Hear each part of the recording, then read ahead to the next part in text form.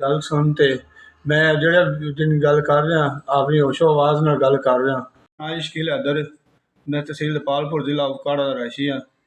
Sale ਫਰੀਦੀ company ਸਾਡੀ, ਯਾਨੀ ਜਿਹੜੇ ਫਾਰਮ 'ਤੇ ਅਸੀਂ ਕੰਮ ਕਰਨੇ ਹਾਂ ਜੀ, ਸੇਲ ਫਰੀਦੀ ਦੇ ਨਾਂ 'ਤੇ ਚੱਲਦਾ ਹੈ।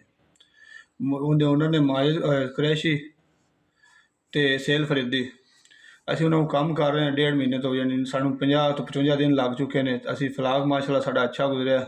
ਮੁਰਗੀ ਦਾ ਯਾਨੀ ਕੰਮ ਹੈ, ਬਲੈਲਰ ਮੁਰਗੀ ਦਾ, ਅਤੇ ਅਸੀਂ ਉੱਥੇ ਕੰਮ ਕਰਦੇ ਰਹੇ ਹਾਂ। ਅਤੇ ਉਸ ਤੋਂ ਬਾਅਦ ਸਾਡੇ ਮੁਤਾਲਬੇ ਜਿਹੜੇ ਨਾ ਵੀ ਉਹਨਾਂ ਨਹੀਂ ਪੂਰੇ ਕੀਤੇ, ਯਾਨੀ ਸਾਨੂੰ ਤਨਖਾਹਾਂ ਨਹੀਂ ਦਿੱਤੀਆਂ, ਅਤੇ ਸਾਨੂੰ ਉਲਟਾ ਖਾਣਾ ਵੀ ਅੱਛਾ ਨਹੀਂ ਦੇ ਰਹੇ ਸੀ। ਵੀ ਕੰਮ ਉਹਨਾਂ ਦਾ ਨਿਬੜ ਗਿਆ, ਉਹਨਾਂ ਜੀ ਉਹਨਾਂ ਨੂੰ ਮਾੜੀ ਚੰਗੀ ਰੋਟੀ ਦਿੱਤੀ, ਰੋਕੋ ਜੀ ਆਪੇ ਨਸ ਭੱਜ ਜਾਂਦੇ, ਸਾਨੂੰ ਧਮਕੀਆਂ ਲਾਉਂਦੇ ਰਹੇ ਨੇ।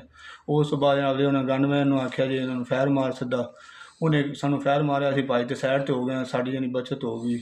ਉਸ ਤੋਂ ਬਾਅਦ ਸਾਨੂੰ ਉਹਨਾਂ ਲਿੱਤਰ ਮਾਰੇ ਨੇ, ਅਤੇ ਵੀ ਉਸ ਤੋਂ ਬਾਅਦ ਚਾਟਾਂ ਚੂਟਾਂ ਮਾਰਦੇ ਰਹੇ ਮੁੰਡਿਆਂ ਦੀਆਂ। ਸਾਡੇ ਕੋਲ ਵੀਡੀਓ ਹੈਗੀਆਂ ਨੇ ਸਾਰੀਆਂ, ਸਾਨੂੰ ਜਿਹੜਾ ਫਾਇਰ ਮਾਰਿਆ ਉਹਦੀ ਵੀਡੀਓ ਹੈਗੀ ਹੈ। ਉਸ ਤੋਂ ਬਾਅਦ ਜਿਹੜਾ ਸਾਨੂੰ 15 'ਤੇ ਅਸੀਂ ਕਾਲ ਕੀਤੀ ਹੈ, ਸਾਡੇ ਕੋਲ ਪੁਲਿਸ ਆਈ ਹੈ। ਉਸ ਤੋਂ ਬਾਅਦ ਜਿਹੜਾ ਨਾ ਵੀ ਸਾਡੇ ਨਾਲ ਉਹਨਾਂ ਤਾਮਨ ਨਹੀਂ ਕੀਤਾ, ਉਲਟਾ ਉਹਨਾਂ ਚਾਹ ਪਾਣੀ ਪੀਂਦੇ ਰਹੇ ਨੇ। ਫਿਰ ਉਸ ਤੋਂ ਬਾਅਦ ਜਿਹੜਾ ਨਾ ਵੀ ਸਾਨੂੰ ਨਾ ਫਿਰ ਧੱਕੇ ਮਾਰ ਬਾਹਰ ਕੱਢ ਦਿੱਤਾ, ਪੁਲਿਸ ਚਲੀ ਗਈ। ਉਸ ਤੋਂ ਬਾਅਦ ਅਸੀਂ ਜਿਹੜੇ ਨਾ ਵੀ ਥਾਣੇ ਆਏ ਹਾਂ, ਦਰਖਾਸਤ ਦਿੱਤੀ, ਸਾਡੀ ਦਰਖਾਸਤ ਹੋਈ। ਉਸ ਤੋਂ ਬਾਅਦ ਸਾਨੂੰ ਪੁਲਿਸ ਵਾਲਿਆਂ ਨੇ ਰਿਸਪੌਂਸ ਨਹੀਂ ਦਿੱਤਾ। ਸਾਡੀ ਮਰੀਮ ਨਵਾਜ਼, ਵਜ਼ੀਰ ਆਲਾ ਮਰੀਮ ਨਵਾਜ਼ ਦੇ ਅੱਗੇ ਰਿਕੁਐਸਟ ਹੈ ਵੀ ਸਾਨੂੰ ਇਨਸਾਫ ਮੁਹੱਈਆ ਕੀਤਾ ਜਾਵੇ। IG ਪੰਜਾਬ ਔਰ ਤਮਾਮ ਅਦਾਰਿਆਂ ਦੇ ਅੱਗੇ ਇਸ ਰਿਕੁਐਸਟ ਹੈ ਵੀ ਸਾਡੀ ਜਿਹੜੀ ਨਾ ਵੀ ਹੌਸਲਾ ਅਫਜ਼ਾਈ ਕੀਤੀ ਜਾਵੇ। ਅਤੇ ਸਾਨੂੰ ਤਰ੍ਹਾਂ ਤਰ੍ਹਾਂ ਦੀਆਂ ਜਿਹੜੀਆਂ ਧਮਕੀਆਂ ਦੇ ਰਹੇ ਨੇ ਮਾਲਕ, ਵੀ ਅਸੀਂ ਤੁਹਾਨੂੰ ਇਹੀ ਕਰ ਦਿਆਂਗੇ, ਇਹੀ ਕਰ ਦਿਆਂਗੇ। ਅਤੇ ਸਾਨੂੰ IG ਪੰਜਾਬ ਦੇ ਅੱਗੇ ਰਿਕੁਐਸਟ ਹੈ ਜੀ, ਤਮਾਮ ਅਦਾਰਿਆਂ ਦੇ ਅੱਗੇ ਰਿਕੁਐਸਟ ਹੈ ਜੀ, ਸਾਨੂੰ ਇਨਸਾਫ ਦਿੱਤਾ ਜਾਵੇ।